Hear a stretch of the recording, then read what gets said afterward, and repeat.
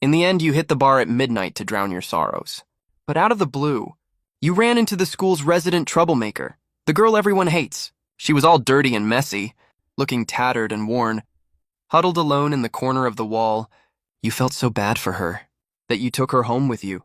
Originally, you planned to let her stay for just one night, then kick her out. But as soon as you got home, she said she wanted to repay you by letting you do something every guy's dreamed of. But you were scared out of your wits, thinking this was definitely a honey trap. So you quickly raised your hand to push her away. At that, the girl tensed up and trembled a little. Then came a sight that blew your mind. Behind the slim, petite girl, a pair of devil-like wings slowly sprouted, and in her slightly parted lips, sharp fangs were revealed. Your mouth hung wide open, cold sweat beading on your forehead. Seeing you like this, the vampire, when you went back to looking like she just stepped out of the shower, that's right, I'm what you humans call a vampire. If you're not afraid of me, I can give you my body as payment. After all, apart from my body, I've got nothing left in this world. And don't you worry, I won't put up any fight at all. I won't hurt you either. You're the first person who's ever taken me home, and even lent me some clothes to wear. You swallowed hard, still in shock from what you just saw. If you don't want this, I'll leave right away, she said, glancing down at the white t-shirt she was wearing. The shirt? I'll wash it clean and return it to you later, I promise. Seeing you still frozen on the couch, a flicker of disappointment crossed her eyes. By the time you finally snapped out of it, she was already at the front door. Wait. You stood up from the sofa. When you slowly turned around to look at you, her eyes back to the same look you saw when you first met her. That look of despair and loneliness. You had no idea what to say to her. She was a vampire. A monster. But it didn't seem like she had any intention of hurting you. Can you grab some breakfast on your way back? We can eat together, you finally said, pointing at the soybean milk and fried dough sticks on the table. This time it was Wen Yui's turn to be stunned. She stared at you in disbelief and asked in confusion, even after finding out I'm not human? You still want to have breakfast with me? Didn't you say you have no home to go back to? It's still pouring outside. No matter what. The way I was raised, I just can't bring myself to kick a homeless girl out of my house. Anyway, let's just have breakfast together first. You scratched the back of your head. Not even sure why you said that? Thank you, Wen Yu said, her eyes getting a little red. Like you were her savior or something. You sat across the table from her, watching as she took a bite of the fried dough stick. Delicious, she murmured to herself, then started shoveling food into her mouth hungrily. The two sharp fangs in her mouth peeked out now and then, as if reminding you that she wasn't human at all. Weird, do vampires even eat human food? As if she'd been expecting you to ask that question. Wen Yu replied flatly. Human food can provide us with basic sustenance, but as you probably already know, if we want to survive for a long time, human blood is an absolute necessity. Hearing her say that, your hand holding the soybean milk cup suddenly trembled, as if she could sense your fear. The girl propped her chin up with her hand, took another small bite of the fried dough stick, and said to you with a hint of teasing in her eyes, Don't worry. If you don't give me your consent, I'll never drink your blood. If a vampire drinks your blood, will you turn into a vampire too? Your sudden question caught the girl off guard. She paused for a moment as if thinking, then answered, If I wanted you to, yeah, I totally could. But it's too much trouble. Humans would never stand for us, randomly increasing our numbers like that. Besides, creating a new subordinate requires a very special condition. What condition? You asked, but Wen Yu looked a bit hesitant to answer. She sipped her soybean milk slowly, finally giving in to your eager, curious gaze. She said, We have to unite body and soul. Oh, I see. Wait a second. That setup sounds kind of familiar. So you can rest easy. I won't drink your blood, and I won't turn you into my subordinate either. But if you want me to, you can drink my blood instead. Clatter. The fried dough stick fell onto the table. Wen Yu stared at you in complete disbelief. What? Drinking a vampire's blood? That's an experience I'm actually kind of curious about. To be honest, you were feeling a bit reckless at that moment, having been dumped by your childhood sweetheart in public. There was no way you could just brush it off and move on, at least not anytime soon. Another reason was that you were tired. You'd grown up in an orphanage. That was basically a living hell. Every day you had to fight with the other kids, just for a tiny bit of food. The director and teachers there were nothing short of demons in human form. They subjected the kids to the harshest physical punishments as discipline, and embezzled all the donations from the government and kind-hearted people outside. They even forced the kids to grovel and obey them unconditionally. If a person stays in the dark for too long, they stop longing for the light. Once upon a time, Guruoxi was the first ray of sunshine you'd ever seen in this world, but that light faded away far too quickly, leaving your life in total darkness now. If getting killed by a vampire, would that be a weirdly novel experience? Suddenly, you noticed that the vampire girl sitting across from you had turned bright red in the face. Instantly, you realized that what you said had been misunderstood. I just meant drinking blood, nothing else. Not turning me into your subordinate or anything like that. Sorry, I didn't put that very clearly, you said, forcing a bitter smile. Even just asking a vampire to let you drink her blood was a totally insane thing to do. Wenyu stared straight into your eyes, as if she could see the same despair and emptiness she'd felt before reflected in them. Whoosh! In the blink of an eye, the girl appeared right in front of you. She stood beside you, lifting your face gently with her hands, her eyes glowing with a crimson light, a wild, seductive smile spreading across her face, her two sharp fangs gleaming with an eerie cold light. You're such a fascinating person. You not only brought a complete stranger home, but you didn't even ask for anything in return. And even after finding out I'm a vampire, you actually asked me to let you drink my blood. You're definitely the most interesting human I've ever met, she said, then sank her fangs into your neck. You braced yourself for the searing pain, but instead of pain, you felt a warm, comforting sensation spreading through your body. You started to feel drowsy, your eyelids getting heavy, your body going limp and tilting forward. The girl caught you in her arms, sucking greedily at your blood. Your blood is so special. Why does it make me feel this rush of excitement? Wait a minute, inside your body. It can't be. You felt the girl pressing you down onto the bed. You didn't have any strength left to resist. You could only lie there as she wrapped her body around yours. I'm sorry, I lost control for a second. Hearing those last words, you felt a hand reaching out toward you. The sound of your alarm clock jolted you awake. You slowly opened your eyes. You'd slept straight through until the evening of the next day. It was, without a doubt, the most peaceful sleep you'd had since you lost your parents all those years ago. Generally speaking, you should feel dizzy after sleeping this long, but right now your mind feels crystal clear, and your whole body is relaxed. You pick up your phone to check, only to find that your ex-girlfriend Guruoxi has posted 2 moments updates. You forgot to turn off the special follow alert for her. Ugh, bad luck, you sigh. You weren't gonna bother checking what she posted, but curiosity got the better of you, and you end up opening her moments. Last night was my first time attending a cocktail party. Also my first time wearing such an expensive evening gown. This will be the most unforgettable day of my life. The photo shows Guruoxi in an elegant-looking aquamarine evening gown, standing in the magnificent venue of the cocktail party. She looks graceful and slender, with an elaborate hairstyle. Guruoxi holds a goblet in her hand, standing next to a handsome, tall man, looking a little shy and awkward, yet still breathtakingly beautiful.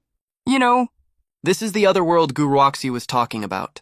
Even just the decorations. No. Even just the embellishments on that dress are way out of your budget. You feel a twinge of unwillingness. You thought you'd moved on?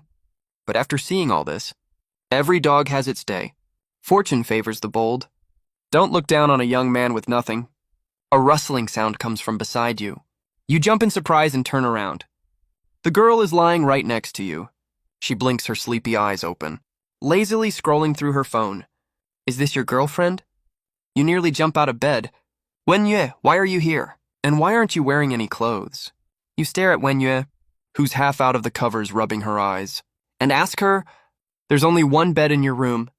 I had to sleep with you, the girl says, yawning, clearly still half asleep. You try to recall what happened last night. You picked up a vampire girl and brought her home, and even asked her to drink your blood. What happened after that? You have absolutely no memory of it. All you remember is Wenyue sinking her teeth into your neck. I've already granted your wish. It's too late to regret it now. You're about to reply, when you suddenly notice that after Wenyue sits up, one shoulder strap of her loose t-shirt has slipped down her arm, a little lower, and you'd be able to see her chest. You quickly turn your head away, too embarrassed to look. Put your clothes on first. You stand outside the bedroom door, waiting for the girl to get dressed before coming out, to continue this conversation. So basically, Getting bitten by a vampire doesn't mean you'll die? You ask Wenyue, who's sitting across the table. High-ranking vampires don't depend on human blood to survive. We only drink blood to maintain our strength. Gotta say, getting bitten by a vampire is actually kinda nice. You think back to how it felt last night. Besides that warm, cozy feeling, when you were bitten, you also felt another sensation in your sleep.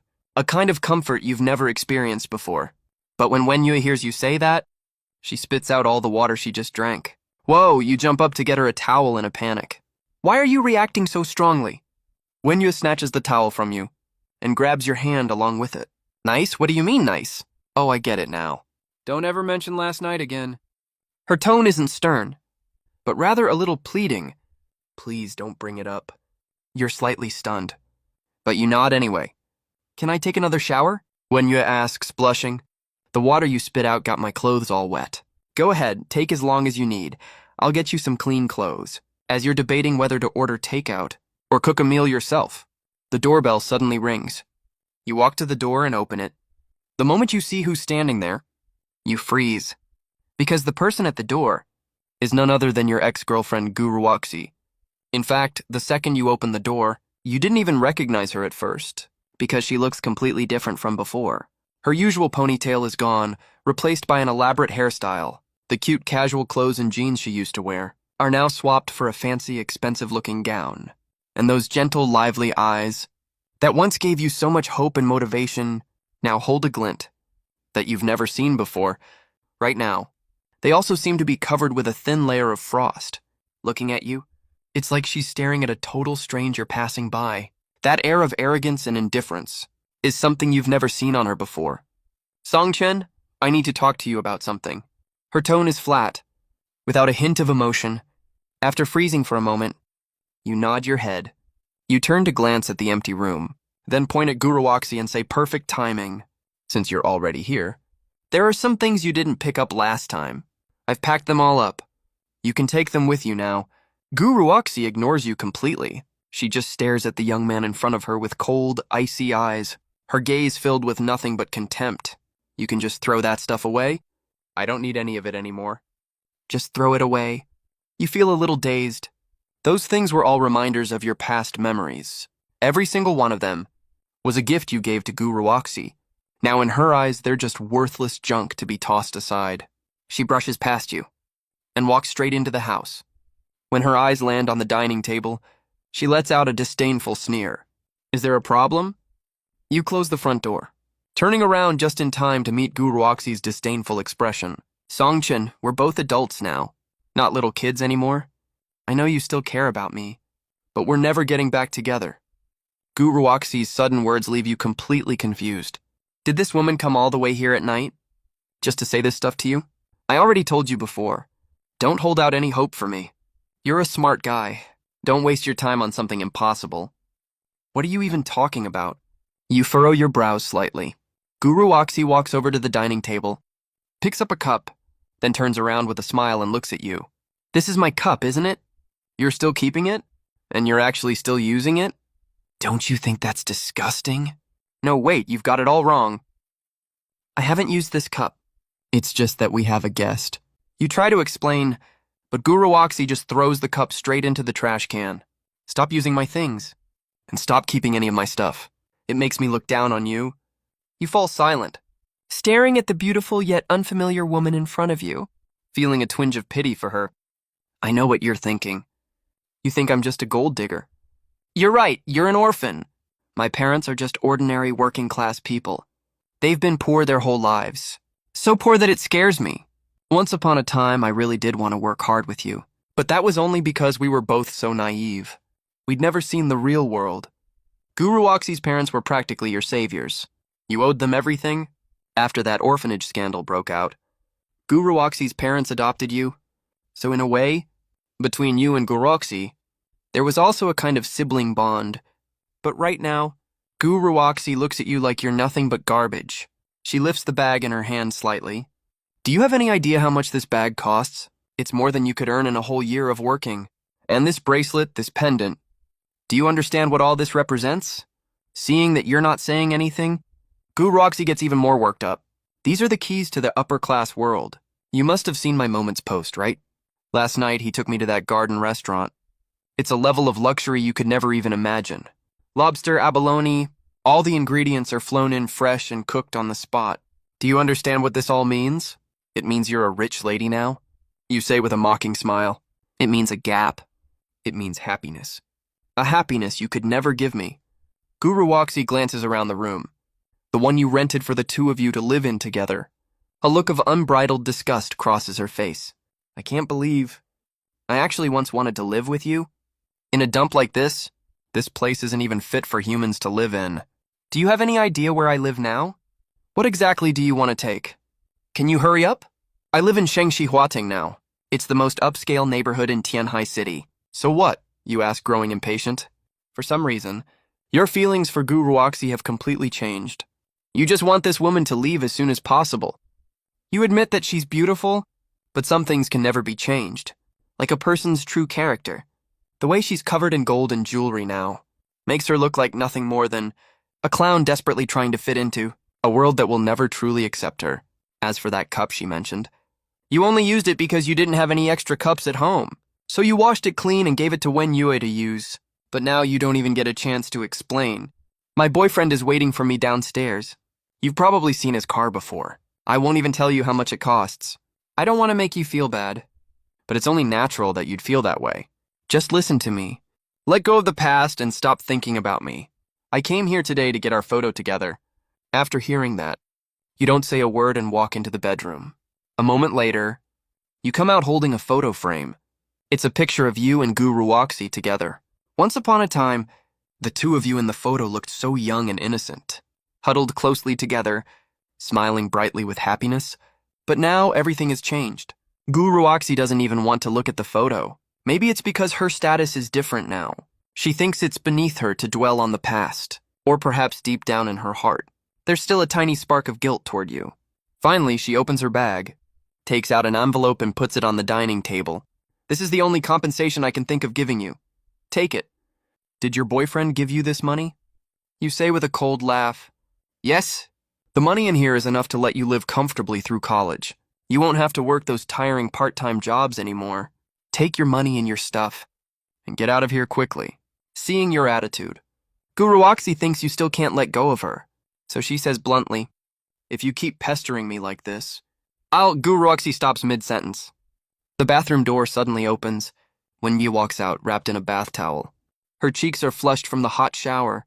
She's gently dabbing her still damp skin with a towel, a sight that would make any man's heart skip a beat. Coupled with her facial features that completely outshine Guruwaksi's, everything about her leaves Guruwaksi frozen in place. Who is she? Guruwaksi points at Wen Yue and asks. Her tone is as arrogant as if she's still the lady of this house. It's none of your business. Are you done grabbing your stuff? You have no intention of introducing Wen Yue to her. But Guruwaksi just kept pressing the issue. She glared at you, looking annoyed. You didn't even wait for me to move out. And you already let another woman move in. You really have some nerve? Faced with Guruwaksi's sarcastic remarks, you just shrugged it off. Just as you were about to speak again, Guruwaksi suddenly seemed to realize something. She stared intently at Wen Yue's face, then let out a sneer. Oh, I get it now. So you're the famous troublemaker from school. Guruwaksi clicked over in her fancy expensive high heels, stood right in front of Wen Yue, and said with a mocking smile, You're Wen Yue, aren't you? A freshman just like us. But I've heard plenty about your reputation. Rumor has it you'll go with anyone who's got the cash. So how much did Song Chen pay you? Maybe it was because she saw a girl who was way more attractive than her. Living under your roof, Guruwaksi felt an irrational surge of resentment.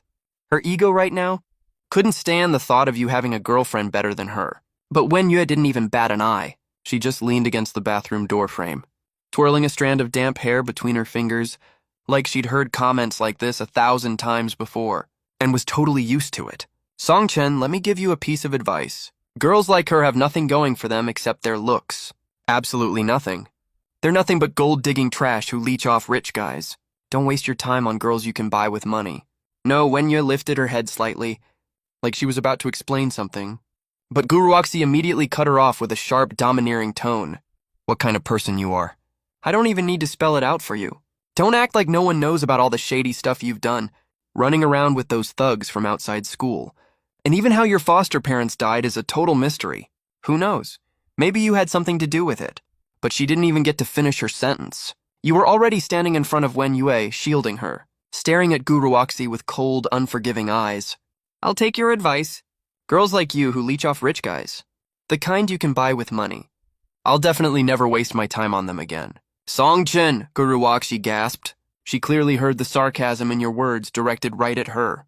And the worst part was, she couldn't even argue back. Leeching off rich guys? It's true. Right now, she was clinging to some rich second-generation kid, just to climb her way into high society. The kind you can buy with money? Also true. She dumped her boyfriend of years just for money. Every word you said was the truth. The irony was, she just used those exact same words to lecture you. Furious and humiliated, Gu Ruoxi pointed at Wen Yue and yelled, "How could a filthy girl like her ever compare to me? As long as you've got money? She'd probably sleep with any random guy off the..." Your fist slammed into the wall behind Gu Ruoxi, pinning her against it. Your eyes were icy cold, shooting daggers at her. Song Chen, you'd actually defend a girl like her. Are you seriously going to hit me? For the sake of uncle and aunt, my foster parents, I won't lay a finger on you. Now get out of here. And one more thing. She is my woman. Now can you leave? This was the first time Gu Ruoxi had ever seen you like this. You'd never even raised your voice at her before. She'd always thought you were a pushover, like a little dog who'd just take whatever abuse came his way. But now that little dog was baring his fangs at her. And the reason for it all was that so-called easy girl she'd been mocking. Wen Yue was also frozen in shock, because she was nothing but a monster. Yet here was a human being who, even after finding out what she really was still willing to defend her like this, and what he'd just said, that she was his. You're hopeless, Gu Ruoxi screamed. Song Chen, this isn't over. Take your money with you too. You grabbed the envelope and stuffed it back into Gu Ruoxi's hand. Gu Ruoxi stormed over to the door, glanced back at you one last time, then at Wen Yue, who still hadn't said a word. What a desperate, trashy woman. You'll even take a man who no one else wants. She spat out the word slut under her breath, then slammed the door shut behind her as she left. You let out a sigh of relief and looked at your fist that had hit the wall. It was scraped and bleeding a little now. You fell into deep thought. Why had you suddenly lost control like that? Suddenly, someone gently took your hand. You didn't even notice when Gik had walked up beside you. She held your hand softly with both of hers, looking at you with a worried expression. I'm sorry. I should have told you she's my ex-girlfriend. Don't pay any mind to the things she said. I'm gonna take a shower to calm down. You tried to pull your hand back, but Wen Yue suddenly pinned you against the wall. With surprisingly great strength, she held your hand tightly. When she tilted her head up slightly, a pair of utterly enchanting blood-red eyes were staring right at you. I'm sorry, I can barely hold back. Can I drink your blood just one more time? Didn't you say high-ranking vampires don't... Read the room, will you? But after drinking your blood last night, I've been finding it harder and harder to control myself. Her voice trembled, and her eyes, as she looked at you, were absolutely captivating with thirst. It was obvious Wen Yue was doing her best to restrain herself. Maybe it was just like she said. If a vampire goes without blood for too long, they might get weak, but they wouldn't feel such an intense craving. You'd let her taste your blood yesterday. It was like tossing a piece of fresh meat to a starving beast. This kind of temptation was impossible to resist. At least let me take a shower first. You let out a helpless laugh. Reluctant as she was, Wen Yue finally let go of your hand in the end, her face filled with reluctance. Her lips parted slightly, revealing a glimpse of her two sharp fangs. They didn't scare you at all. Instead, they made the girl in front of you seem incredibly alluring. Just hold on a little longer. I won't run away. You lifted your hand and gently ruffled Wen Yue's hair, then fled into the bathroom. After your shower, you opened the bathroom door with a towel draped over your head, only to find Wen Yue standing right there. The girl had now fully revealed her vampire form. A head of silvery long hair, blood-red eyes and those two sharp fangs, plus that ravenous, seductive gaze, all screamed one thing at you. You can't run? Is it okay now? Even so, she still asked politely, her cheeks flushing a little. You nodded your head. The word yeah barely left your lips, when a pair of huge demonic wings suddenly wrapped around you, enveloping you completely. The girl's slender, petite body pressed against yours, and the towel wrapped around you slipped off abruptly. Right now, you and Wen Yue were pressed tightly together. Before you could even process the feeling, those two sharp fangs had already eagerly sunk into your neck. Just like last time, the moment those fangs pierced your skin, an indescribable wave of comfort flooded your entire body. The feeling was utterly addictive. You didn't struggle. Instead, you gently wrapped your arms around the vampire's body. In the last moment before your consciousness faded, you heard the girl whisper softly in your ear, "You said I'm your woman earlier. Then you have to take responsibility for me." After that, you couldn't hear anything else. At the same time, after leaving the apartment, Guruoxi walked downstairs and got straight into a luxury sports car. That brat. How dare he talk to you like that? I'm gonna skin him alive! It's okay, baby. Don't stoop to his level. He's just a poor loser. He's just sore about losing me. Let's just ignore him. Whatever you say, honey. Can we leave now? I booked a Sea View restaurant and even invited a master musician to play for us. I remember you love the piano, right? Yes, baby. You're the best. Let's hurry.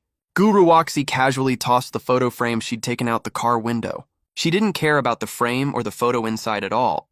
It was only because she was now the fiancée of this young master, so she absolutely refused to let anything that reminded her of her shameful past stay in her ex-boyfriend's possession. But the moment the sports car started up, a pair of eyes, glowing with scarlet light, suddenly appeared in the shadows. Filthy, lowly humans. How dare you humiliate my master like this? Screech! The sports car had just started moving when one of its tires instantly blew out. The car skidded violently and shot forward. Bang! It crashed straight into a tree. Watching the embarrassed man and woman crawl out of the car, the figure in the shadows let out a cold snort. If it weren't for the Special Administration Bureau, today, this little lesson would not have been all you got. With that said, the figure slowly vanished into the darkness when the sound of a car crashing and the blare of sirens came from downstairs. Wen Yue slowly propped herself up from the bed, with you fast asleep beneath her. She put on her coat and walked over to the window, looked towards downstairs. A luxury sports car had crashed into a tree after a tire blowout. A crowd had gathered to gawk, watching the onlookers. Wen Yue's gaze shifted to an empty alley nearby, staring at the alley where no trace of presence remained. Wen Yue's purple eyes began to glow crimson, she said coldly. Then a shadow darted in through the window. By the faint glow of moonlight, a slender, tall blonde girl appeared in the bedroom. Master, the blonde girl curtsied slightly, bowing elegantly to Wen Yue. You did this, didn't you, Master? I won't tolerate anyone speaking disrespectfully to you. Don't call me Master. You are not my subordinate. As Wen Yue spoke to the blonde girl, she seemed like a completely different person. Her eyes were cold, her demeanor arrogant. Not a hint of the shyness she'd shown around you remained. The age of vampires is over. Now it's humans who rule the world. If you get targeted by the Special Administration Bureau, don't expect me to save you. Rest assured, Master, I'll never drag you into this mess. Or could it be that you've taken a liking to this human? The girl's gaze flicked to you, fast asleep on the bed, a flash of crimson light darting through her eyes. In the next second, her figure appeared in front of the blonde girl, looking down at her with a frosty glare. She said coldly, "Don't even think about laying a hand on him. Tiangong Yue, I am not your master, and you are not my subordinate. You don't need to follow me anymore. Go somewhere else. A single city won't tolerate two vampires existing within it." Master? The silver-haired girl started to say something, but finally hung her head slowly. Then her form dissolved into a flock of bats that flew out the window. When Yue turned and walked back to the bed, staring at you fast asleep, her expression softened a little, her eyes returning to their pale purple hue. She reached out gently, wanting to touch your cheek, but her fingers froze the moment they were about to make contact. In the end, she curled up quietly beside you, closing her eyes. The next day was Monday. Both you and Wen Yue had morning classes. The two of you had breakfast together and then headed to university. My classes are in that teaching building over there. With that said, Wen Yue waved at you and left. For some reason, you felt like Wen Yue was reluctant to say even a single word to you at school, as if she was terrified of being seen. With someone like you, Songchen! After school, you were stopped by your good friend Luo Yang. He was one of your few close friends. The two of you had been classmates since high school, and he also knew Guruoxi. Naturally, he knew all about what happened between you and Guru Akshi. To cheer you up, he specially invited you to dinner at a barbecue joint that night, and so the two of you headed to the place. Song Chung, you are tall and handsome.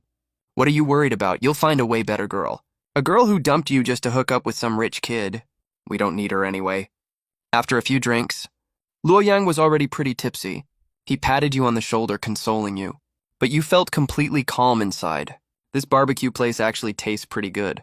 It's rare for you to have decent taste for once. You laughed and swatted at the already drunk Luo Yang. Song Chen, don't you believe me? I said you've got what it takes, and you do. If you wanted a girlfriend, you could get one in a heartbeat. That girl's not half bad. You followed the direction Luo Yang was pointing, and saw a waitress at the barbecue stall. She was slim and petite, her silvery hair tied back in a ponytail, a face mask covering half her face. She wore a plain, white long-sleeve hoodie. It looked way too big on her frame, clearly ill-fitting. Wait a second, you narrowed your eyes. Why does that hoodie look so familiar? You swear you have the exact same one in your closet.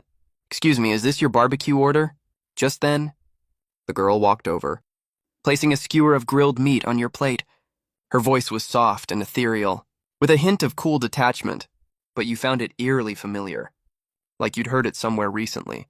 More than once. Yes, thank you. You nodded your head. The girl turned and left, but your eyes stayed glued to her retreating figure. It was on the tip of your tongue. What did you think of that waitress back there? Luo Yang's voice cut through your thoughts. Think of what? You took a bite of your skewer, then picked up your glass and downed it in one go. Let me tell you something.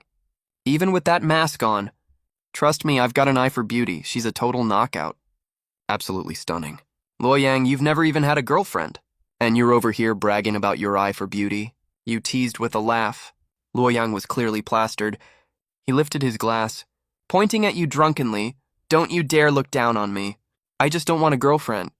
If I wanted one, I could get one in a second. Look at that disbelieving face of yours. Luo Yang grew flustered. He grabbed you by the arm and dragged you over to the side. Don't believe me? Watch this. I'll prove it right now. It was already 10 p.m., the busiest hour at the barbecue stall. That waitress seemed to be a newbie. She'd messed up a few orders earlier and gotten chewed out by the boss for it. Now she was cleaning up the trash from a table where customers had just left. Hey there, miss. Suddenly, Luo Yang dragged you over to the waitress. He called out loudly to her as she was wiping the table. Hello, the girl looked up, her bright, lively eyes fixing on Luo Yang. Would you go out with me? You didn't expect Luo Yang to actually say it out loud. The atmosphere suddenly turned excruciatingly awkward, because the girl was tilting her head, staring at you with a confused, bewildered look. I'm sorry, but I have a boyfriend. After a long pause, the girl said flatly. Luo Yang looked like he'd just been dealt a crushing blow. Told you not to embarrass yourself like that. Now look what happened. You patted Luo Yang on the back, but before Luo Yang could respond, the waitress had already walked over to your side. She looked up at you and said, It's my first day working here tonight. I might be a little late getting home. You don't have to wait up for me. Your hand froze mid-pat on Luo Yang's back. Luo Yang was also stunned speechless. He turned his head to stare blankly at you, then back at the girl. You two know each other? Before you could say a word, Bunyak nodded her head and said, He's my boyfriend. Luo Yang collapsed onto a nearby chair. He pointed at you, gaping like a fish out of water. Wen Yue, so you finally recognized her. Wen Yue, what are you doing here? I can't just live at your place for free after all. I wanted to take on a part-time job like you, earn some money, at least to chip in for living expenses. Staring at the girl in front of you, you suddenly found the whole situation surreal. A vampire beauty, working a part-time job at a barbecue stall late at night. Luo Yang was now completely floored. He didn't even have the energy to ask you what on earth was going on. Seeing him like this, you had no choice but to call him a taxi to take him home. You let out a helpless chuckle when Yue was still busy with her work. You didn't want to bother her, so you waited for a lull in the rush, told Wen Yue you were leaving, and then headed home. You walked along the road home, the winter night wind whistling through the gaps in your coat. On normal nights, walking home after work this late would leave you freezing and exhausted, almost unbearable. But tonight, you didn't feel the cold at all, not even a little bit. It was almost 11 p.m., yet you felt wide awake, no trace of drowsiness. What was even stranger was this dark, unlit alley you usually took. Normally, you'd have to rely on your phone flashlight to see, but now, you could see every nook and cranny of the darkness crystal clear. Just as you reached the middle of the alley, a car suddenly skidded sideways, blocking your path. 4 or 5 men, dressed in black suits, climbed out of the car. You sensed danger and tried to back away, but another car had pulled up behind you, cutting off your escape route. More men in black suits stepped out, surrounding you. You're Sung Chen, right? The last to get out was a tall, handsome man, about the same age as you. Yeah, that's me, fellas. You guys aren't here to mug me, are you? You laughed nervously, stalling for time, your eyes darting around, searching for an escape route. You'd grown up in a hellhole of an orphanage. Your instincts for danger were razor sharp. You knew these guys meant business. You were good at fighting, sure, but these suit-clad men all looked like trained professionals. You can't fight off a dozen guys alone if it came down to a brawl. You'd be lucky to walk away in one piece. So you're the one who hit my girlfriend, huh? The man sneered and stepped closer to you. He kept covering his mouth with a fancy silk handkerchief, as if the air and smell here were utterly repulsive to him. Your girlfriend's the wall at my place, pal. Actually, you already knew. This guy was the rich kid she's hooked up with. You wished you'd punched Guru Waxi right in the face back then. Instead of wasting that fist on the wall, guess you can't avoid trouble after all. The man took a deep whiff of his handkerchief, his expression softening a little. After confirming your identity beyond doubt, the young master turned and got back in the car. He waved his hand dismissively before slamming the door, and muttered under his breath, "Take him down." A group of suited men immediately closed in on you from all sides. You suddenly shoved your bike forward, blocking the 4 men charging at you from the front, then spun around and charged at the men behind you. To your surprise, your dynamic eyesight and physical strength, for some reason, had gotten way stronger than before. You'd always been in good shape.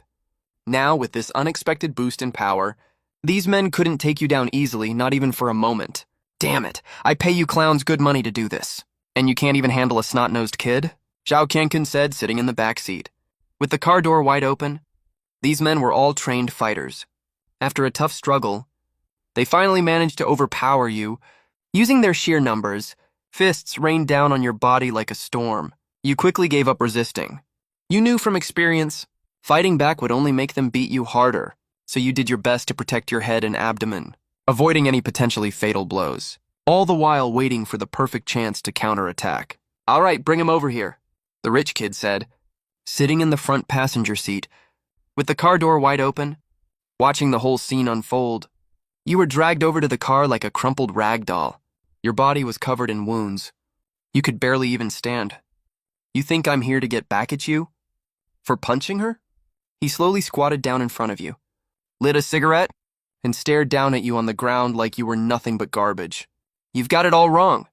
"Do you really think I care that much about that woman?" "I just thought she was decent looking. Worth a little fun. Of course, she's more than welcome to use my connections to climb the social ladder. Kid, your ex-girlfriend's a lot smarter than you are." The young master grabbed you by the hair, forcing you to look him in the eye. "All right, young master, you've beaten him enough. Let's call it a day," you said weakly. You'd thought rich, powerful guys like him would at least have some sense of restraint. But honestly, you'd given this rich kid way too much credit for having a brain. She told me you two knew each other since high school, that you clung to her like a leech until she agreed to date you. Whether it's true or not, I don't want to see you two having any contact ever again. Zhao Qiankun slapped your face hard with his hand, clearly not ready to let you off the hook just yet. But here's the real surprise. This woman was actually a virgin. Had the nerve to ask me to take responsibility for her. That's hilarious. You two were together for so long, and she never let you touch her? You know what? It only took 1 week. We just exchanged contact info a week ago. 1 week, a fancy dinner and a new phone, and she was already in bed with me. At this point, Zhao Qiankun took a long drag of his cigarette and blew the smoke right in your face. "Your ex-girlfriend's a real piece of work, huh?" Zhao Qiankun snapped his fingers. The suited man beside him immediately fetched a video camera. You were completely drained of strength. Could only let those suited men prop you up roughly. "Let me show you something good." Zhao Qiankun tossed the cigarette butt away and held the camera up right in front of your eyes. You slowly shifted your gaze to the camera screen. A man and a woman appeared on the footage. The two of them were sexing in bed, and that woman was none other than your ex-girlfriend, Guruoxi. Look how slutty she is in bed. This is a side of her you'll never get to see in your life, huh? Zhao Qiankun slung an arm around your shoulders. as if he was watching some fun show with a buddy. I know you're burning with anger right now, but you should just accept the reality. And let me tell you one more thing. Your ex-girlfriend is just one of my many toys. You know that? Angry? Are you seething with rage? You ought to be, but right now you only felt sorrow in your heart. Sorrow for Guroxi, not a single trace of anger. Easy there, young master. Watch out, Officer Wang might come knocking on your door. Can you let me go first? Click. Zhao Qiankun turned off the camera. He ignored your words completely, then grabbed you by the hair again. Kid, no matter how much I say it, the gap between us, you'll never be able to wrap your head around, so I'm not gonna waste my breath. I'm a man with a thing about cleanliness, so before I get bored of that little whore, you're not allowed to say a single word to her. Got it? You fatherless bastard! Fuck you. Just as Zhao Qiankun was spitting out his threats, he suddenly caught sight of your eyes. He'd expected to see terror in them, or maybe blazing fury. But there was nothing, just a calm, still as water, even cold enough to send chills down one's spine. After all, everyone only gets one life. Your life is a life. This young master's life is also a life. Just now, as Zhao Qiankun was hurling his insults, you'd already sized up the situation clearly. Taking this rich kid down with you wouldn't be that hard. But this brainless Zhao Qiankun clearly mistook that look in your eyes for a provocation, a blatant show of contempt. A flash of murderous intent flickered in the young master's eyes. He wiped the smudge off his hand with his handkerchief, then stood up, pulled a baseball bat out of the car trunk, and walked back to you with a cold sneer. You're really asking for a death wish. What? I didn't even say a word! Bang! Before you could finish speaking. The baseball bat slammed hard against your head. A dull thud echoed through the quiet winter night. Blood instantly streamed down from the top of your head. Worthless piece of trash. You'll always be stuck at the bottom of the food chain, you poor loser. With that, he tossed the baseball bat aside. The men in black also let go of you, preparing to get back in the car. Fuck, I miscalculated. This bastard really doesn't see people as human beings. He'll kill someone without a second thought. Your head spun violently, the world blurring into a crimson haze. You could barely hear any outside sounds at all. You fought to lift your head. Through the fog of pain, you watched the rich kid and his goons climb into their car. You struggled to draw breath, but every inhale sent a searing, splitting pain through your chest. Maybe this was how you were going to die. You felt your body growing colder by the second, the sharp sting of pain slowly starting to fade away. Your vision was gradually swallowed by a thick black mist, your body sinking deeper and deeper, as if countless invisible hands were dragging you down into an endless abyss. You stirred awake to the low chanting of an ancient tongue, the sound echoing like a relic from a bygone era, cutting through the muddled chaos of your thoughts, pulling you free from the haze of a half-remembered dream. You shifted your body slightly and slowly pried your eyes open. Not a trace of pain lingered. Then you realized your head was completely unharmed, as if the brutal confrontation with Zhao Qiankun and his men had been nothing more than a fleeting illusion. You pushed yourself up off the ground with your hands and glanced around, to find yourself surrounded by utter darkness. The only source of light was a towering stone gate looming ahead. The gate was impossibly tall, soaring dozens of meters high, its weight seeming too great for the natural world to bear, plunged straight into the boundless darkness. The surface of the stone gate was covered in intricate runes, glimmering with an eerie light in the dark, exuding a profound ancient power. These runes were like lines of cryptic code, woven into a mysterious totem. Surrounding the runes were lifelike relief carvings, each depicting a grotesquely distorted, fierce-looking monster, as if they were demons straight from the depths of hell. Well, even if this is heaven, it must be some messed-up version of it. You let out a bitter, self-deprecating laugh. You cautiously placed your hand on the gate and tried to push the heavy stone doors. Not the slightest movement. Just as you were growing confused, an indescribable murmur flowed into your mind through your hands touching the gate. A flood of incomprehensible words surged in. Key, key. It was a language you'd never heard before. But this tongue was as if it had been etched into your very soul. You could remember every word perfectly and recite them. You followed the voice in your head and chanted this ancient incantation as the last syllable of the spell faded. The massive iron gates let out a deafening boom, then slowly swung inward.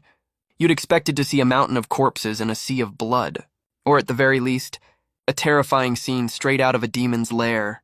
But quite the opposite. Beyond the gate stood a colossal opera house. You'd seen opera houses like this on TV before. The audience seats curved in a circle around the stage. And before you knew it, you were standing right in the center of that stage. Click. A spotlight blazed down on your head. You squinted against the harsh glare. It took you a long moment to focus your eyes and realize the dark shapes in the audience seats weren't human at all, but statues of all shapes and sizes. Just then, the eyes of one statue in the front row of the audience lit up with a red glow. Your gaze locked with its glowing eyes, and in an instant, you were pulled into another dimension. This was a dilapidated temple, dimly lit, with broken walls and rubble strewn everywhere. Only a single throne remained intact, and atop that throne sat a young boy. He was handsome, his skin etched with golden runes. His head of white hair was messy and unkempt. You couldn't identify the clothes he wore, but they looked vaguely ancient Babylonian in style. Only the boy's eyes, which shimmered with a dim golden light, stared blankly ahead, as if he was looking right through you, at the endless void behind your back. "Dude, which way to the underworld?" you asked, walking up to the throne. But the boy didn't answer. He just rested his chin in his hand, muttering to himself, "Why did we lose? Why did we lose in the end?" Just then, a mechanical voice echoed in your mind. "Demon Baal. Level world annihilating. Soul state damaged. Quest. Help Baal repair his soul. Each stage of restoration completed will grant you a portion of Baal's power. Current restoration progress 0%. You stared at the boy in front of you, who looked like he'd been knocked senseless. He was actually Baal, the king of demons, who'd signed a pact with King Solomon, one of the 72 pillars of demonology. No wonder Baal looked like a fool. His soul was fragmented. A sudden thought struck you, another idea forming in your mind. Baal's soul was in a shattered state. If you could repair his soul, wouldn't that mean you could stage an epic comeback? With that thought, you perked up and tried to strike up a conversation with Baal. "Hey there, my name's Song Chen. You know, there are tons of versions of you in video games. In the games, you're a general who controls lightning. How cool is that? Can you at least say something?" Eventually, you grew frustrated. No matter what you said, the boy just ignored you, refusing to acknowledge your presence. So you decided to resort to your last resort. You lifted your hand and slapped Baal straight across the face. A sharp, clear sound, echoing through the empty temple ruins. Baal seemed to snap awake instantly. He slowly lifted his head and looked at you, his eyes filled with confusion. "Who are you?" Before you could open your mouth to answer, the mechanical voice in your head suddenly chimed in. "Baal's soul has been awakened. Current restoration progress 1%. You have gained Baal's attention. You are now absorbing power from Baal." Holy shit, you cursed inwardly. It was just a matter of slapping him. To kickstart the process, would slapping him a few more times be enough to fully restore his soul? Before you could react, your body was suddenly seized by a mysterious power. This power was as if it was rewriting every single cell in your body. It made you feel like you were being reborn. When that power faded away, the boy before your eyes slowly rose to his feet. He was barefoot, walking slowly toward you, step by step. At the same time, that mechanical voice echoed in your mind once more. "You have mastered the Domain of Oath skill. Thunderous Retribution. Domain of Oath ability. Within the domain, all stats are increased tenfold. Within the domain, you gain Baal's power to command thunder and lightning. Within the domain, you can absorb electrical energy from all electronic devices in the area to strengthen yourself. Within the domain, as long as the thunder does not cease, you shall be immortal and indestructible. The one who awakens me shall inherit my power. Mortal, what is it that you desire? I know full well, a dying body. Do you seek to be reborn once more?" You froze in place, slowly lifting your head to look at the white-haired boy who stood half a head taller than you. Then your lips moved slightly. Who in their right mind would choose death over life? The boy stared straight at you. Within those golden pupils, there radiated an invisible aura of majesty, but you did not flinch or look away in the slightest. That gaze of yours seemed to amuse the white-haired boy greatly. He let out a low chuckle. "Power is not something so easily wielded. If you do not believe me, by all means, test it for yourself. See if you can bear even a mere 1% of my power." With that, the boy raised his hand and flicked his fingers lightly. Your consciousness was instantly ripped from your body, flying toward the endless darkness deep within the temple. At the very same moment, Xiao Qiankun spat on your prone body lying on the ground, then climbed back into his car, muttering curses under his breath. God damn it! How the hell did Guru Oxy ever fall for such an idiot? He turned down free money, just to go out and court death. Xiao Qiankun sat in the front passenger seat, and lit a cigarette. Just then, the previously quiet sky began to churn with dark thunderclouds, lightning flickering and dancing within the clouds. It's going to rain. Fucking terrible weather. Though it does make cleaning up the mess easier, we can dispose of his body once it starts pouring. Xiao Qiankun glanced mockingly at you outside the car window, but at that exact moment, he froze in shock, because your body, which should have been lying unconscious on the ground, was gone. In the blink of an eye, a deafening crash echoed from the roof of the car. What the fuck was that noise? The young master looked up at the dented roof of the car. Gasping in disbelief, several of the men in black scrambled out of the car to check what had happened. The moment one of them stepped out and turned to look at the roof, he fell to the ground in terror, his legs giving out beneath him. There you were, the man who should have been lying dead on the ground, standing tall on the roof of the car. Your shirt had torn apart, revealing a body covered in eerie, glowing runes. Your hands had transformed into pitch-black claws, crackling with arcs of lightning.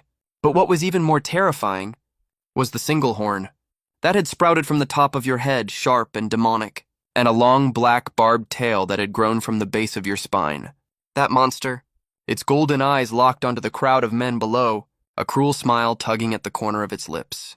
Domain of Oath activated. Thunderous retribution. The moment those guttural words left the monster's mouth, the thunderclouds came crashing down toward the earth in an instant. Centered on the demon, the domain expanded rapidly, covering a 1-kilometer radius, and then the thunder did not dissipate. Instead, it enveloped the entire 1-kilometer area completely, forming a barrier made purely of crackling lightning. Within this 1-kilometer radius, every piece of electronic equipment and vehicle capable of generating electricity malfunctioned instantly. Countless bolts of lightning slowly converged toward the center of the domain of Oath, right where the monster stood. Monster! The moment the lightning split the night sky, illuminating the figure on the roof, the men in black screamed in terror, and that scream seemed to draw the monster's attention.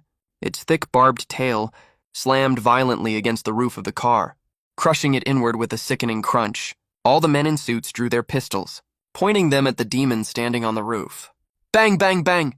Bullets rained down on the monster like a storm, but the moment they drew near the monster's body, they were all blocked by an invisible barrier of electric current. By the time their guns clicked empty, every last one of them stood frozen in stunned silence. For before the demon, a dense wall, made entirely of the bullets that had been fired at it, had formed. What the fuck is that thing?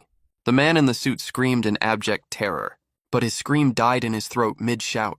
He looked down, to see the demon's lightning-wreathed claws piercing straight through his chest. Blood erupted from the wound in a geyser. His body convulsed violently for a few moments, then fell completely still, his eyes wide with endless terror and disbelief. He had never imagined that his life would end so suddenly and so brutally. Help! Somebody help me! Don't kill me! Please don't kill me! What followed was a massacre. Wherever the lightning flashed, a man in black was torn to shreds by the monster's claws.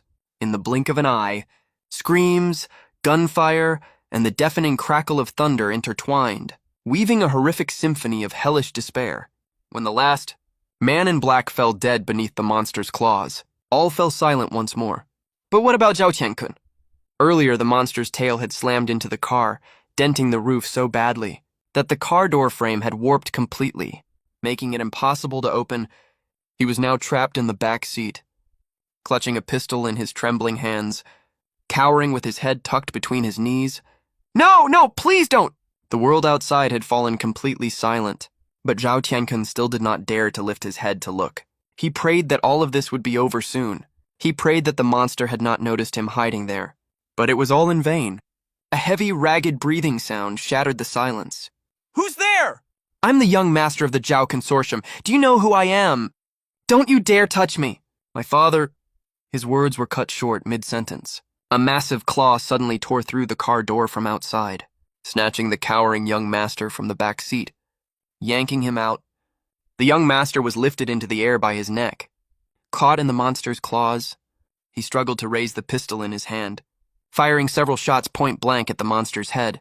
But once again, the bullets were blocked by the invisible barrier of electric current surrounding the monster. This was the final straw that broke Zhao Qiankun's will. I'm sorry, I'm so sorry. I'll give Gu Ruoxi back to you. I'll give you anything you want. You want money? I have money, I have so much money. The monster tilted its head slightly, its emotionless golden pupils locked onto Zhao Qiankun, as if staring at a lamb waiting for slaughter. Suddenly it smiled, that same terrifying grin. Then the monster snapped its fingers. Boom! A bolt of lightning crashed down, precisely blasting Zhao Qiankun's right hand, into ashes, root and all. Not a single fragment of bone or flesh remained. Ah, my hand! Agony and terror racked Zhao Qiankun's body and mind. His entire life, he'd never even gotten a serious scrape. But now one of his hands was gone, blasted to dust by a monster's lightning strike. Snot and tears streamed down Zhao Qiankun's face. He knew he was going to die today. But the monster didn't seem to be in any hurry to kill him. Instead, it wanted to subject him to a slow, agonizing torture. Just as the monster raised its claws, preparing to gouge out Zhao Qiankun's eyes, the thunderclouds hovering above the domain were suddenly torn open by an invisible force, and a bright full moon hung high in the sky. Pale moonlight streamed down through the clouds, and with that moonlight descended a young girl with massive feathered wings. Her silver hair fluttered in the wind, her crimson eyes gazing down at the demon's domain of oath from above. Scarlet Hunt activated. As her voice echoed, the full moon instantly turned blood red. Then the crimson moonlight completely dispelled the thunderclouds. Shining down over the city, the demon looked up at Wen Yue. A flicker of excitement sparkled in its golden eyes. You? It tossed aside Zhao Qiankun, who was writhing in agony on the verge of passing out, and turned to face the girl floating beneath the blood-red moon. Wake up. Song Chen, Wen Yu said coldly, staring at the demon. But beyond its bloodlust, the demon had almost no sanity left. The Yu right now had already seen Wen Yue as another hunter, an intruder who'd dared to enter its domain. Wen Yu seemed to realize communication was impossible. She sighed softly and slowly raised her clawed hand. Boom! Thunder roared once more. The demon hunched over slightly, then lunged violently at Wen Yue hovering in midair. Its movements were blindingly fast, its attack full of brute force, like a lightning-wreathed cannonball. But Wen Yue, who had already transformed into her vampire form, only raised one hand and pressed the monster's face firmly against the ground. Then she dove downward, pinning the monster beneath her. At the same time, the sharp tips of her wings pierced the ground like nails, impaling the monster's arms to the earth, through the gaps between Wen Yue's fingers. The demon's muddled eyes stared intently at the vampire before it. Then it broke into that eerie smile again. Wen Yue's expression was cold as ice. She could sense the Yu beneath her was about to resist. Before you could fight back, Wen Yue slammed her hand down on your head with sudden force, cracking the ground beneath you. Calm down. Song Chen, learn to control this power. Don't let it control you. Your pupils slowly drifted upward, your gaze fixed on Wen Yue, filled with surprise, then amusement. You muttered a string of ancient words under your breath. Then a bolt of lightning shot toward Wen Yue. Wen Yue flapped her wings rapidly behind her back, dodging the lightning strike with ease. Freed from her grip, the demon moved at an astonishing speed, snatching Wen Yue by the neck, before she could regain her balance, and lifting her off the ground. Then the demon's thick tail whipped forward with a sharp swish, piercing straight through the girl's body. After impaling the girl's slender frame, the demon lifted her high into the air. Blood gushed endlessly from the wound in her abdomen, but there was no trace of pain on her face. Instead, it was the demon that froze in place after piercing Wen Yue with its tail. Then its golden pupils began to dim, its body trembling violently. You looked around, at the mangled corpses scattered everywhere. In that moment, you snapped back to your senses. You killed people. You killed so many people. Finally, your voice trembled, choked with sobs. You stared at Wen Yue, who was hanging limply in front of you. I'm sorry, Wen Yue. I hurt you. I did all of this. When you're hung from the demon's tail, suspended in midair, she slowly raised her hand. Cupping the demon's face in her palm, she said softly, "Don't worry. I won't let anything happen to you." Then her wings slowly folded around you, enveloping your body completely. Then Wen Yue opened her mouth wide, a pair of terrifying fangs glinting silver in the lightning's glow, sank into your neck. It was like a powerful sedative coursing through your veins. Your body slowly stopped trembling. The glowing runes on your skin faded away. And finally, the demon's horn and tail disappeared. You transformed back into your human form, and the lightning barrier surrounding the area collapsed into nothingness in an instant.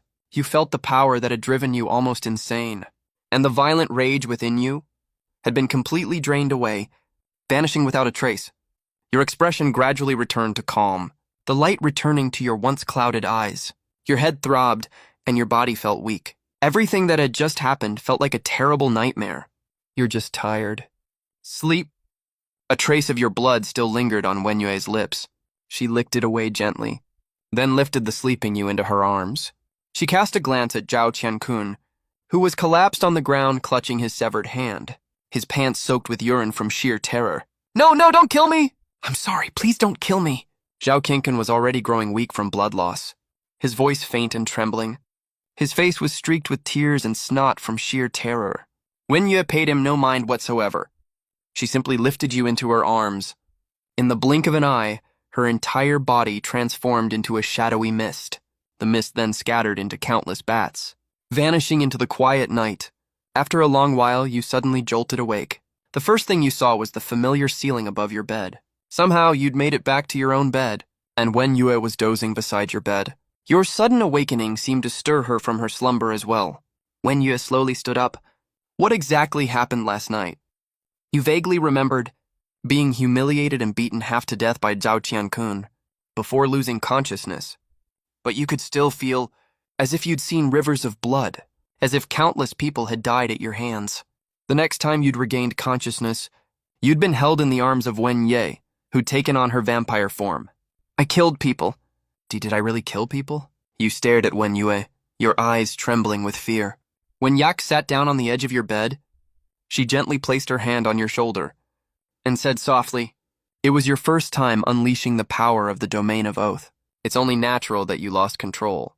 Does that mean I'll lose control every time I use this power from now on?"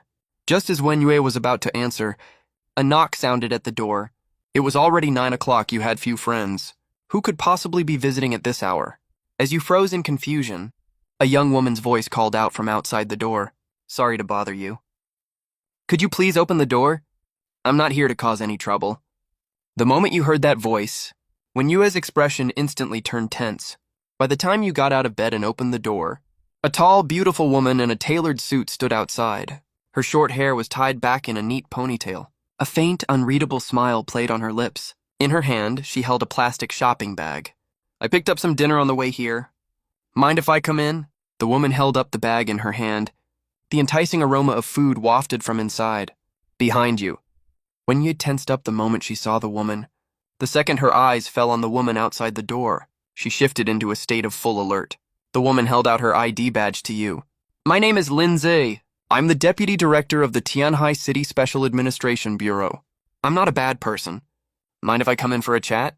You took the ID badge from her, examining it carefully back and forth. Then you turned to glance at Wenyue. Wenyue had just let out a small sigh of relief. Seeing that you were asking for her opinion, she nodded slightly. "All right, come on in." You pulled the door open wider. Stepping aside to let her pass, the woman named Lin Zi immediately stepped into the room, then tossed the shopping bag onto the table. When she spotted Wenyue standing frozen by the door, she waved her hand at her. "What are you standing there for? Come sit down." She acted as if she owned the place. Why so distant after only a month apart? "Hurry up and sit." Lin Zi patted the chair beside her as she spoke. Wenyue pouted her lips, slowly walking over to stand beside Lin Zi. "Sit," Lin Zi said casually, raising her hand. She ruffled Wenyue's hair, which was still slightly messy from sleep. You were completely dumbfounded. Is Wenyue really this obedient? Or perhaps this woman was so powerful that even Wenyue didn't dare to defy her. "You really know how to give me a headache. Little Moon." Don't call me that. I hate that nickname.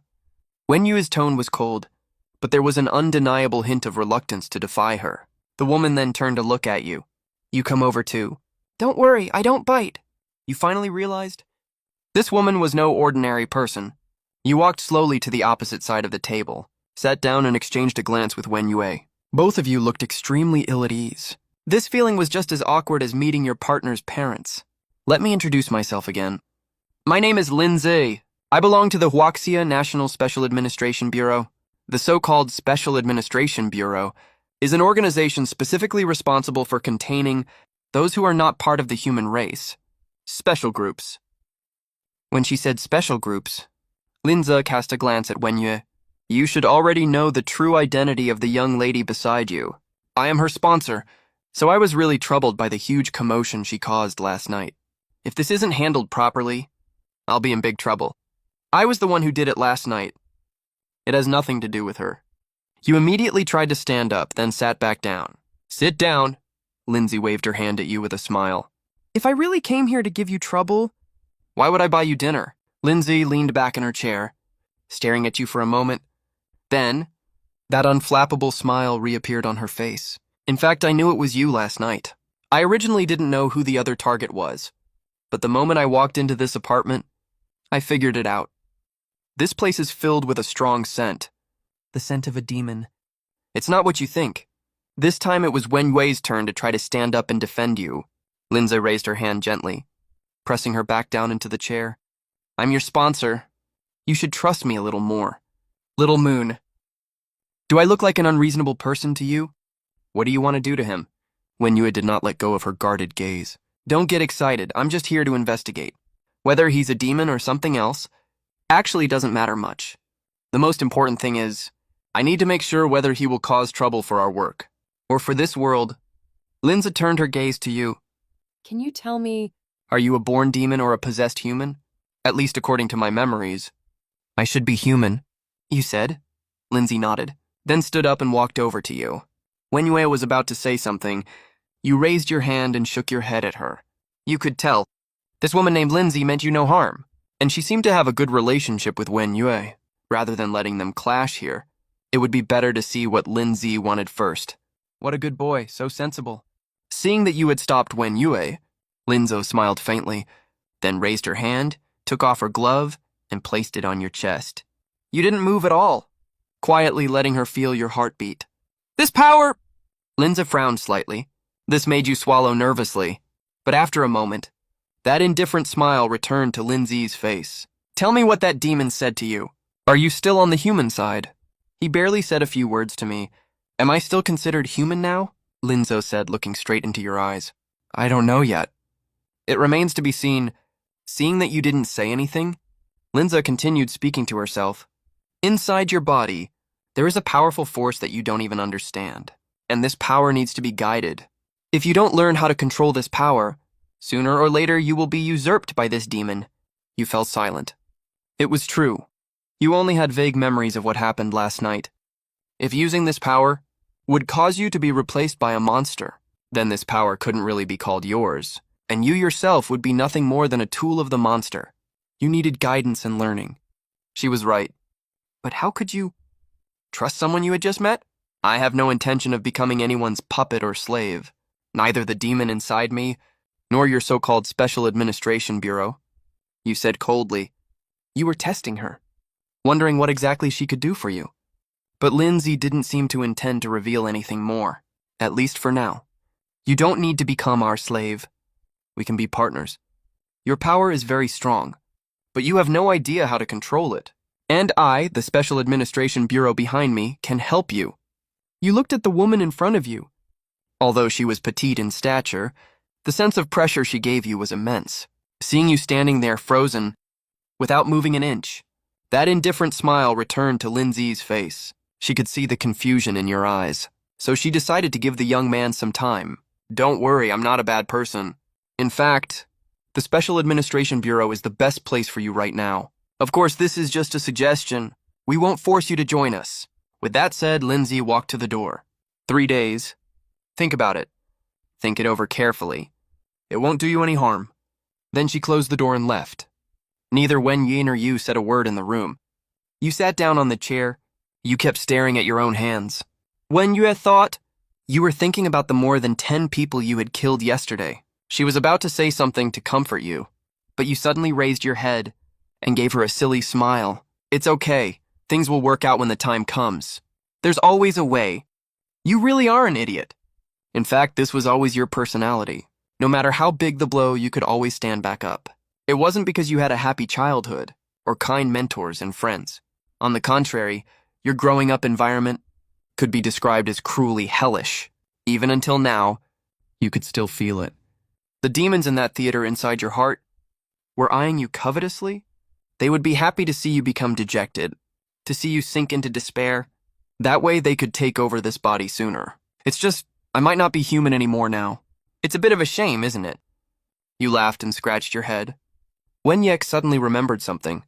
She reached out and grabbed your wrist, then looked straight into your eyes. I'll show you something. Before you could argue, Wenye pulled you by the hand straight to the window. Close your eyes. Why do I have to? Don't ask. Close your eyes. Looking at Wenyue's clear, translucent eyes, bathed in the moonlight, you felt a little moved. You felt your heart beating a little faster.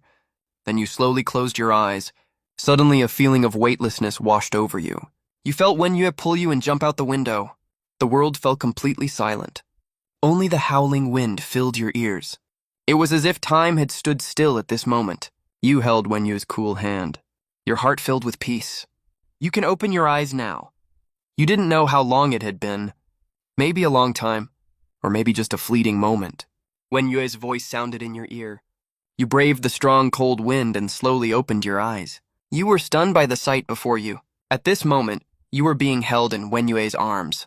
The two of you were floating high above the entire city. Beneath your feet were twinkling lights and streams of cars. A myriad of lights stretched out below you. In the distance, the sea connected with the city's harbor, rolling with black waves in the night. This was the first time you had looked down at the city. From such a perspective, having been born and raised in an orphanage, you had never even left Tianhai City. Not to mention taking a plane. Wenyu didn't say a word. She just held you tightly, making sure you wouldn't fall. You gradually understood what Wenyue meant. Looking at this city from a different angle, or perhaps at this world, might not be such a boring thing after all. Just like what Wenyue was doing right now, as a vampire. She was living in a human way. Then as a human, why couldn't you live another life as a monster? The view here is even better than the top floor of a fancy restaurant, right? You froze for a moment, then understood the meaning behind Wenyue's words. She still remembered the moment she accidentally saw Guru Oxy's Moments post. Compared to here, the top floor of that fancy hotel suddenly paled in insignificance. Consider this a gift for taking me in. Of course, I know this is far from enough. But Wenyue smiled and looked at you. Before she could finish speaking, you had already hugged her tightly. This took Wenyue by surprise instead. What are you doing? Thank you. Really, thank you so much. Thanks to you showing up, I was able to get over the pain of my breakup so quickly. Even though it sounds a bit strange to say that, you really are a godsend who saved me. Wenyue didn't understand love. It was an emotion she had almost never experienced. Having wandered this world for over 1,000 years, she had never met anyone who could make her feel this way. This made Wenyue once think that vampires were creatures incapable of feeling love, but this human in front of her had become so dejected just because of a breakup and even needed someone to save him. Was love really that important to him? Then if she could fall in love with him, would that be the best way to repay him? At this moment, Wenyue didn't understand what love was at all. She thought this was a way to repay you, so she gently hugged you back. The next day, you arrived at school bright and early. Even if you weren't human anymore, you still had to go to school. After arriving at school, you noticed that the campus seemed to be shrouded in a cloud of gloom. Everyone was whispering to each other. Whether it was your imagination or not, it felt like you could hear everyone talking about you. Songchen! A familiar voice called out from behind you. You turned around and saw Luo Yang running toward you. Do you know or not? Last night, on the street near the barbecue place we went to, something big happened.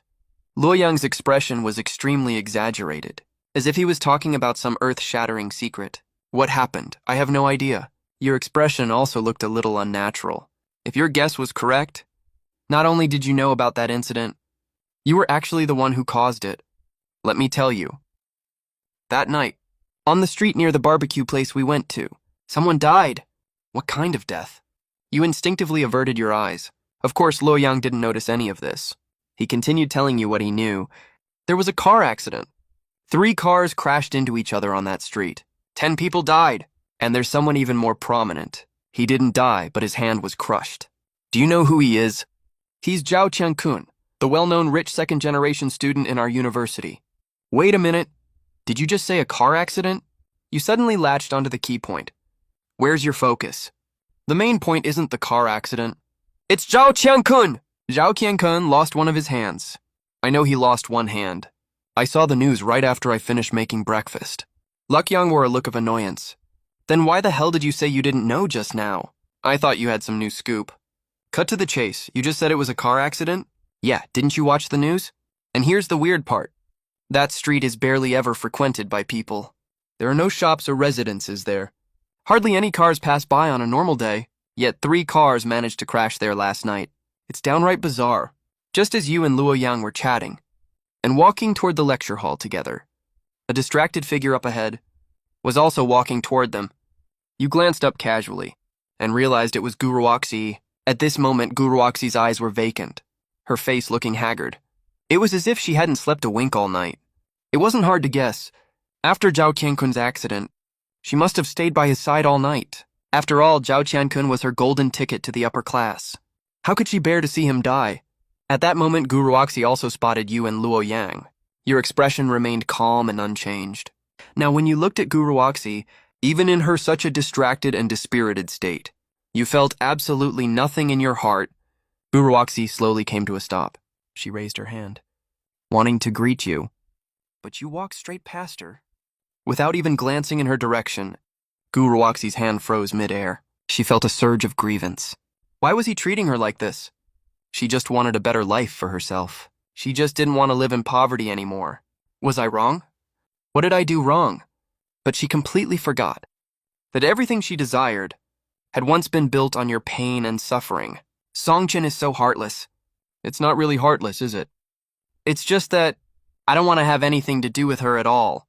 There wasn't a hint of hesitation in your voice. That same night at 8 o'clock, after dressing herself up elaborately, Guruoxi arrived at the door of the hospital ward, only to be stopped by the bodyguards at the door. Do you know who I am? She snapped at the bodyguards, pointing a finger at them. I'm your young master's girlfriend. The bodyguards exchanged a glance, even behind their sunglasses.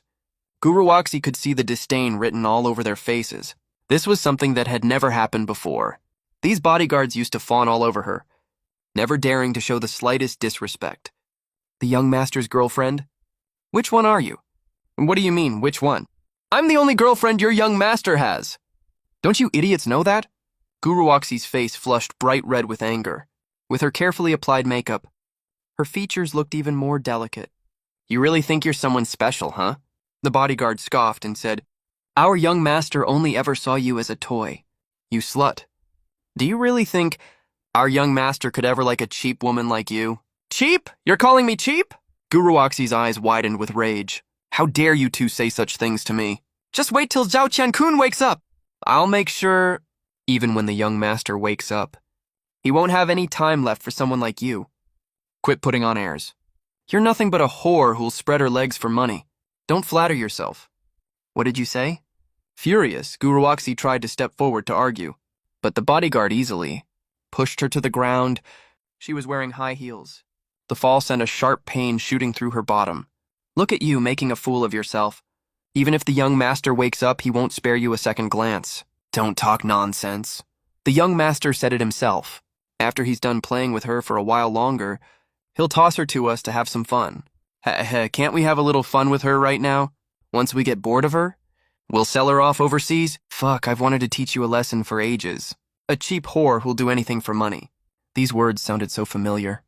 Just a few days ago, she had hurled these exact same insults at that woman named Wen Yue, but now she had become the target of these cruel words. You bastards! You just wait! This isn't over! Zhao Qiankun, I did this all for you. I did it all for you! I dumped my boyfriend who I'd been with for years for you. You bastard! You bitch, if you don't shut your mouth right now, we're not going to be so nice to you anymore. In the end, the two bodyguards dragged Guruoxi out and threw her in front of the hospital gate. Her once glamorous clothes were now torn and disheveled. Her hair was a complete mess. At this moment, she looked nothing like the arrogant and glamorous girl she used to be. She walked alone on the night street. Her high heels broken, Guruoxi felt a chill down her spine.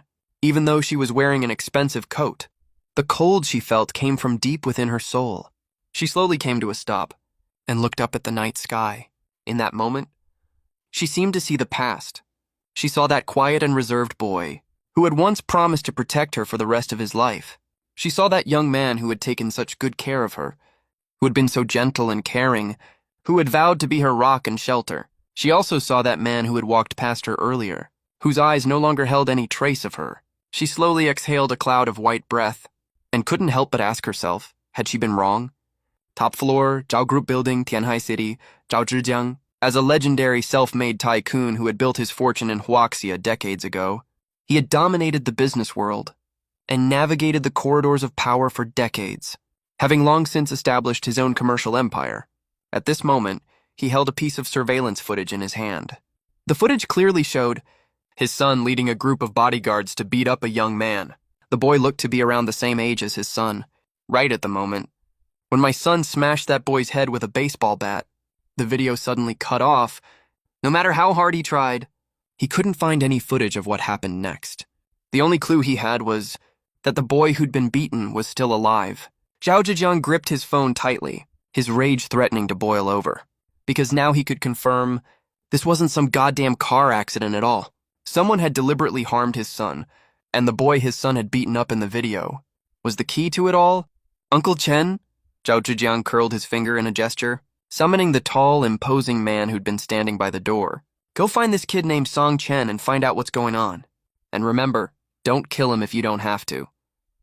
That same afternoon at 6 o'clock, you finished your last ideological and political theory class, getting ready to head home. Just as you were walking down a street, an unlicensed van screeched to a halt beside you. Then several masked men grabbed you and hauled you into the van in the blink of an eye. You didn't resist. You knew full well these men were highly trained professionals, and they'd come prepared. Resisting them would only lead to something even more terrifying. Broad daylight! Do you thugs have no respect for the law?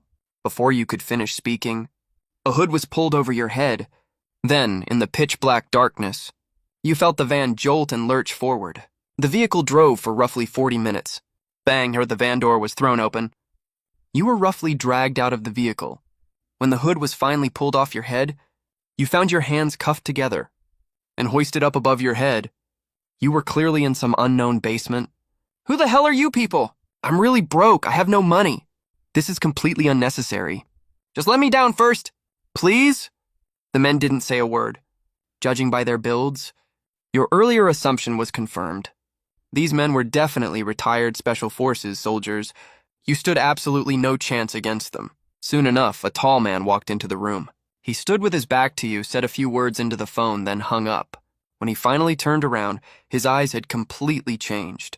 Oh no, your heart sank like a stone. Sure enough, he waved a hand, and the men immediately swarmed you, raining down blows. In less than half an hour, you were beaten half to death, blood dripping continuously from your wounds. The tall man grabbed you by the chin, his eyes blazing with fury. Kid, I've got a few questions for you. Last night, did you get into some kind of conflict with our young master? Your young master? You mean Zhao Tiankun? You lifted your head weakly and glanced at the man. You knew exactly what was going on now. This man was here to avenge the Zhao family. Sigh, kids will be kids. They fight and bicker all the time. But why did you have to go so far as to hurt him? Hurt him? Come on, uncle. Your precious young master nearly bludgeoned my head in. And you're calling that just kids fighting? Uncle Chen paid no attention to you. He merely waved his hand slightly. The man beside him spun around and delivered a kick, slamming it hard into your abdomen. I ask the questions. You give the answers. Got it, let's save both of us some time. Hanging midair, you coughed up a mouthful of blood, your body swinging back and forth like a punching bag. From the force of the blows. To tell you the truth, I really don't like laying hands on kids. But you went way too far. You crippled one of his hands. The master would never kill someone over the young master, of course. But I hope you understand, sometimes us servants have to clean up our master's messes. You people are all just as disgusting. You spat out another mouthful of blood and saliva, your face covered in blood as you stared at Uncle Chen, yet a strange smile tugged at the corner of your lips. Uncle Chen's expression remained calm and composed. He lit a cigarette. Kid, I'm a busy man. But right now, I'm making time specifically for you. I don't ask for much, I want you to pay for it with your life, to make up for our young master's suffering."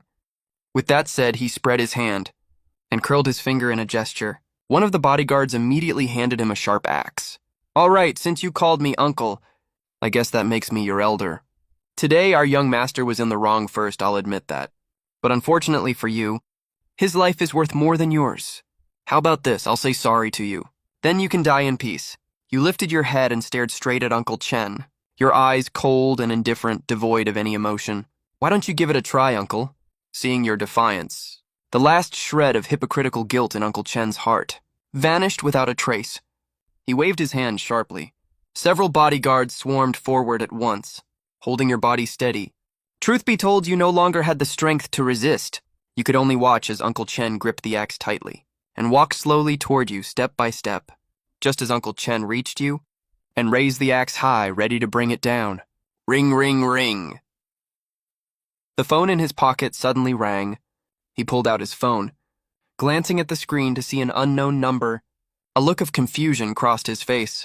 This was his private phone number.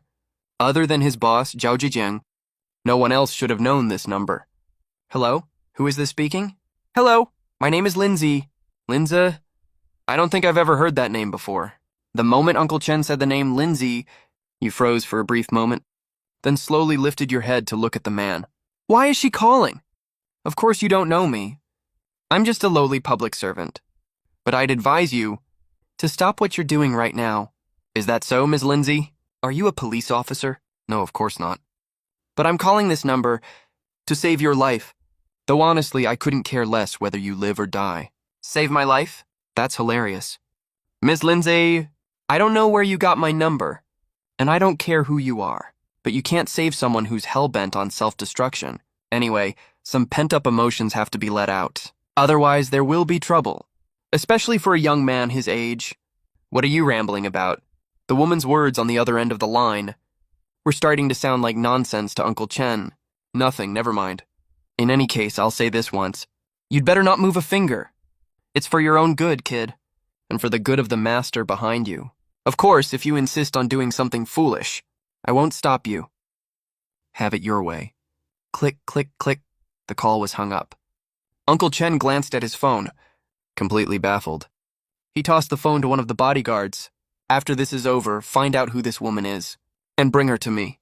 After that, Uncle Chen unbuttoned his shirt cuffs and collar, picked up the axe from the table again, and strode toward you. Then he raised the axe high with all his strength and brought it crashing down toward your head.